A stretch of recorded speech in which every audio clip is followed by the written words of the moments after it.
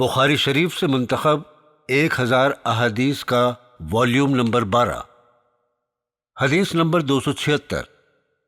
حضرت قاسم بن محمد رضی اللہ تعالی عنہ سے مروی ہے کہ حضرت عائشہ رضی اللہ تعالی عنہ نے عرض کیا، یا رسول اللہ صلی اللہ علیہ وسلم، آپ لوگوں نے تو عمرہ بھی کر لیا اور میں نے عمرہ نہیں کیا۔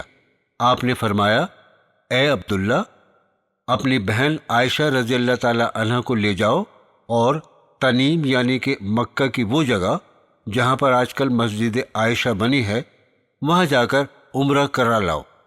چنانچہ حضرت عبد الرحمن رضی اللہ تعالی عنہ نے اونٹنی پر ان کو اپنے پیچھے بٹھا کر عمرہ کرایا۔ حدیث نمبر 277۔ حضرت عائشہ رضی اللہ تعالی عنہ نے پوچھا، یا رسول اللہ صلی اللہ علیہ وسلم، ہم سمجھتے ہیں کہ جہاد سب نیک اعمال سے بڑھ کر ہے، تو کیا ہم بھی جہاد نہ کریں؟ آپ نے فرمایا، نہیں، بلکہ جہاد تمہارے لیے حج مبرور ہے، یعنی کہ وہ حج جو خالص اللہ تعالیٰ کی رضا کے لیے کیا جائے، اس میں ریاکاری کا دخل نہ ہو اور حج کے دوران کوئی گناہ بھی نہ کیا جائے۔ حدیث نمبر 278۔ حضرت ابو ہریرہ رضی اللہ تعالی عنہ سے روایت ہے کہ نبی کریم صلی اللہ علیہ وسلم نے فرمایا، جو کوئی اللہ تعالیٰ کے لیے حج کرے پھر بیہودہ اور گناہ کی بات نہ کرے، وہ گناہوں سے ایسا پاک ہو کر لوٹے گا جیسا کہ وہ اس دن پاک تھا جس دن اس کی ماں نے اس کو پیدا کیا تھا۔ حدیث نمبر 279۔ حضرت عبداللہ بن عباس رضی اللہ تعالی عنہ سے مروی ہے کہ نبی کریم صلی اللہ علیہ وسلم نے مدینہ والوں کے احرام باندھنے کے لیے قرن منازل یمن، پاکستان، بنگلہ دیش اور ہندوستان والوں کے لیے یلملم متعین کیا۔ یہاں سے وہ لوگ بھی احرام باندھیں جو یہاں رہتے ہوں، اور وہ لوگ بھی جو ان راستوں سے حج یا عمرہ کے ارادے سے گزریں، لیکن جن کا قیام میقات، یہاں تک کہ مکہ والے اور مدینہ والے وہ لوگ جو حج کا انتظار کر رہے ہیں، مکہ ہی سے احرام باندھیں۔ حدیث نمبر 280۔ حضرت عبداللہ ابن عمر رضی اللہ تعالی عنہ سے روایت ہے کہ رسول اللہ صلی اللہ علیہ وسلم نے ذوالحلیفہ کے پتھریلے میدان میں اپنی اونٹنی بٹھائی، پھر وہاں نماز پڑھی۔ حدیث نمبر 281۔ حضرت عبداللہ ابن عمر رضی اللہ تعالی عنہ سے روایت ہے کہ ایک شخص نے عرض کیا، یا رسول اللہ صلی اللہ علیہ وسلم، محرم کون سا کپڑا پہنے؟ آپ نے فرمایا، نہ قمیص پہنے، نہ عمامہ، نہ موزے، نہ پائجامہ، نہ کنٹوپ، مگر جس کو جوتیاں نہ ملیں تو وہ موزے ٹخنوں کے نیچے تک کاٹ کر پہن سکتا ہے، اور وہ کپڑا بھی نہ پہنے جس میں زعفران یا خوشبو لگی ہو۔ حدیث نمبر 282۔ حضرت عبداللہ ابن عمر رضی اللہ تعالی عنہ سے مروی ہے کہ رسول اللہ صلی اللہ علیہ وسلم اس طرح تلبیہ کہتے تھے۔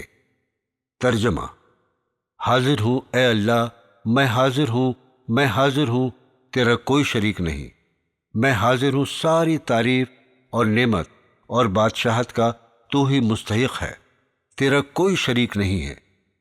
حدیث نمبر 283۔ حضرت نافع رضی اللہ تعالی عنہ سے روایت ہے کہ حضرت ابو موسیٰ اشعری رضی اللہ تعالی عنہ جب صبح کی نماز ذوالحلیفہ میں پڑھ لیتے تو اپنی اونٹنی کو پالان لگانے کا حکم دیا کرتے، پھر اس پر سوار ہوتے۔ جب وہ ان کو لے کر اٹھ کھڑی ہوتی تو قبلے کی طرف منہ کر کے لبیک کہنا شروع کر دیتے۔ جب حرم میں پہنچتے تو لبیک کہنا چھوڑ دیتے۔ جب زیتوبہ میں آتے تو رات وہیں صبح تک گزارتے۔ صبح کی نماز پڑھ کر غسل کرتے اور کہتے تھے کہ رسول اللہ صلی اللہ علیہ وسلم بھی ایسا ہی کیا کرتے تھے۔ حدیث نمبر 284۔ حضرت طارق بن شہاب رضی اللہ تعالی عنہ سے روایت ہے کہ حضرت ابو موسیٰ اشعری رضی اللہ تعالی عنہ نبی کریم صلی اللہ علیہ وسلم کے پاس آئے تو انہیں عمرہ کر کے احرام کھول دینے کا حکم دیا۔ حدیث نمبر 285۔ حضرت ابو سعید خدری رضی اللہ تعالیٰ عنہ سے مروی ہے کہ نبی کریم صلی اللہ علیہ وسلم نے فرمایا، یاجوج اور ماجوج کے نکلنے کے بعد بھی بیت اللہ کا حج اور عمرہ ہوتا رہے گا۔ حدیث نمبر 286۔ حضرت عبداللہ ابن عمر رضی اللہ تعالیٰ عنہ سے روایت ہے، میں نے رسول اللہ صلی اللہ علیہ وسلم کو دیکھا کہ آپ جب مکہ آتے تو طواف شروع کرتے وقت پہلے حجر اسود کو بوسہ دیتے اور 7 چکروں میں سے پہلے 3 چکروں میں رمل کرتے تھے۔ حدیث نمبر 287۔ حضرت عابس بن ربیعہ رضی اللہ تعالیٰ عنہ سے روایت ہے کہ حضرت عمر رضی اللہ تعالیٰ عنہ نے حجر اسود کو بوسہ دیا، پھر کہنے لگے، میں جانتا ہوں کہ تو ایک پتھر ہے، نہ نقصان پہنچا سکتا ہے اور نہ فائدہ دے سکتا ہے۔ اگر میں نے نبی کریم صلی اللہ علیہ وسلم کو تجھے چومتے ہوئے نہ دیکھا ہوتا تو میں کبھی بھی تجھ کو نہ چومتا۔ حدیث نمبر 288۔ حضرت عبداللہ ابن عمر رضی اللہ تعالیٰ عنہ سے روایت ہے کہ جب میں نے رسول اللہ صلی اللہ علیہ وسلم کو حجر اسود اور رکن یمانی کو استلام کرتے ہوئے دیکھا ہے، میں نے بھی اس کے استلام کو، چاہے سخت حالت کو یا نرم، میں نے نہیں چھوڑا۔ حدیث نمبر 289۔ حضرت عبداللہ ابن عمر رضی اللہ تعالیٰ عنہ سے روایت ہے کہ نبی کریم صلی اللہ علیہ وسلم جب بیت اللہ کا پہلا طواف کرتے تو پہلے 3 چکروں میں تیز چلتے اور 4 چکروں میں معمولی چال سے چلتے اور صفا اور مروہ کے درمیان دوڑ کر چلتے۔ حدیث نمبر 290۔ حضرت ام سلمہ رضی اللہ تعالی عنہا فرماتی ہیں، میں نے آپ صلی اللہ علیہ وسلم سے شکایت کی کہ میں بیمار ہوں، میں پیدل طواف نہیں کر سکتی۔ آپ صلی اللہ علیہ وسلم نے فرمایا، سوار ہو کر لوگوں کے پیچھے رہ کر طواف کر لو۔ چنانچہ میں نے عام لوگوں سے پیچھے پیچھے سوار ہو کر طواف کیا۔ اس وقت رسول اللہ صلی اللہ علیہ وسلم بیت اللہ کے پہلو میں نماز پڑھ رہے تھے۔ حدیث نمبر 291۔ حضرت ابن عباس رضی اللہ تعالی عنہ سے روایت ہے کہ نبی کریم صلی اللہ علیہ وسلم خانہ کعبہ کا طواف کرتے ہوئے ایک شخص کے پاس سے گزرے جس نے اپنا ہاتھ دوسرے شخص کے ساتھ ڈوری سے باندھ رکھا تھا۔ آپ صلی اللہ علیہ وسلم نے اس ڈوری کو کاٹ دیا اور فرمایا، اس کا ہاتھ پکڑ کر چلو۔ حدیث نمبر 292۔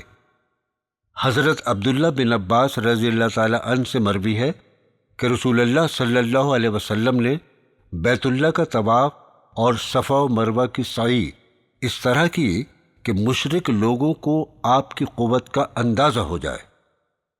حدیث نمبر 293۔ حضرت حارثہ رضی اللہ تعالی عنہ سے روایت ہے، نبی کریم صلی اللہ علیہ وسلم نے ہم کو منی میں 2 رکعت نماز قصر پڑھائی۔ اس وقت ہماری تعداد بہت زیادہ تھی اور ہم بہت محفوظ بھی تھے۔ حدیث نمبر 294۔ حضرت علی رضی اللہ تعالی عنہ سے روایت ہے کہ نبی کریم صلی اللہ علیہ وسلم نے مجھ کو یہ حکم دیا کہ قربانی کے اونٹ جن کو میں نے قربان کیا ان کی جھولیں اور کھالیں فقیروں کو خیرات کر دو۔ حدیث نمبر 295۔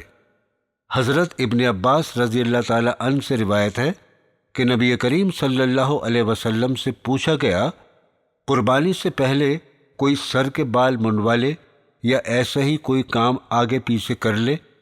تو آپ صلی اللہ علیہ وسلم نے فرمایا، کوئی برائی نہیں۔ حدیث نمبر 296۔ حضرت ابو ہریرہ رضی اللہ تعالی عنہ سے مروی ہے کہ رسول اللہ صلی اللہ علیہ وسلم نے فرمایا، اے اللہ، سر منڈوانے والوں کو بخش دے۔ لوگوں نے عرض کیا، اور بال کٹوانے والوں کو؟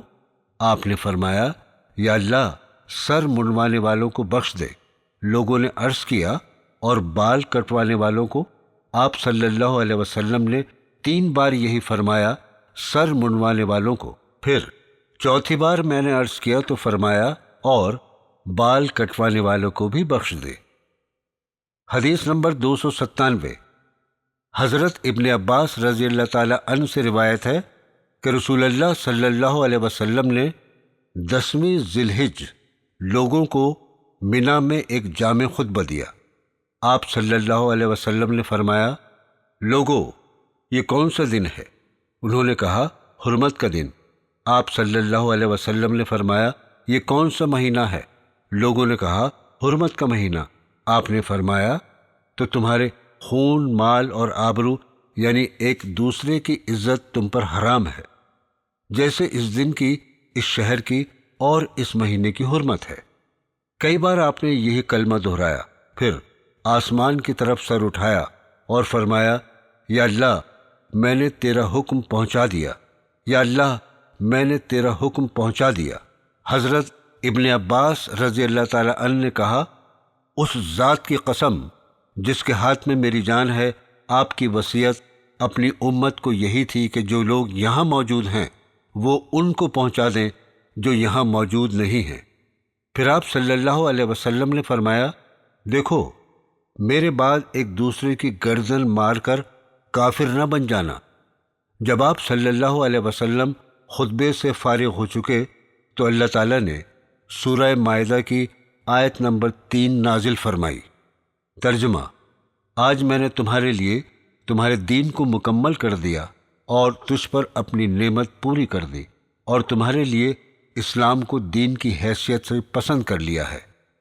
حدیث نمبر 298، حضرت سالم بن عبداللہ رضی اللہ تعالی عنہ سے روایت ہے کہ حضرت عبداللہ ابن عمر رضی اللہ تعالی عنہ نے جمرہ اولیٰ کی رمی 7 کنکریوں کے ساتھ کی اور ہر کنکری پر اللہ اکبر کہتے تھے۔ اس کے بعد آگے بڑھتے اور نرم ہموار زمین پر قبلہ رخ کھڑے ہو جاتے، دعائیں کرتے رہتے، پھر جمرہ وسطیٰ کی رمی بھی اسی طرح کرتے اور بائیں طرف آگے بڑھ کر ایک نرم زمین پر قبلہ رخ کھڑے ہو جاتے، بہت دیر تک اسی طرح کھڑے ہو کر دعائیں کرتے رہتے، پھر جمرہ عقبہ کی رمی کرتے، لیکن وہاں دعا کے لیے ٹھہرتے نہیں تھے اور کہتے تھے، میں نے رسول اللہ صلی اللہ علیہ وسلم کو اسی طرح کرتے دیکھا ہے۔ حدیث نمبر 299، حضرت انس بن مالک رضی اللہ تعالی عنہ سے روایت ہے کہ نبی کریم صلی اللہ علیہ وسلم نے ظہر، عصر، مغرب اور عشاء کی نماز میثب میں پڑھی، پھر کچھ دیر کے لیے سو گئے۔ اس کے بعد سوار ہو کر بیت اللہ کی طرف گئے اور اس کا طواف کیا۔ حدیث نمبر 300، حضرت ابو ہریرہ رضی اللہ تعالی عنہ سے روایت ہے کہ رسول اللہ صلی اللہ علیہ وسلم نے فرمایا، ایک عمرے کے بعد دوسرا عمرہ دونوں کے بیچ کا کفارہ ہے، اور حج مبرور کا بدلہ جنت کے سوا اور کچھ نہیں۔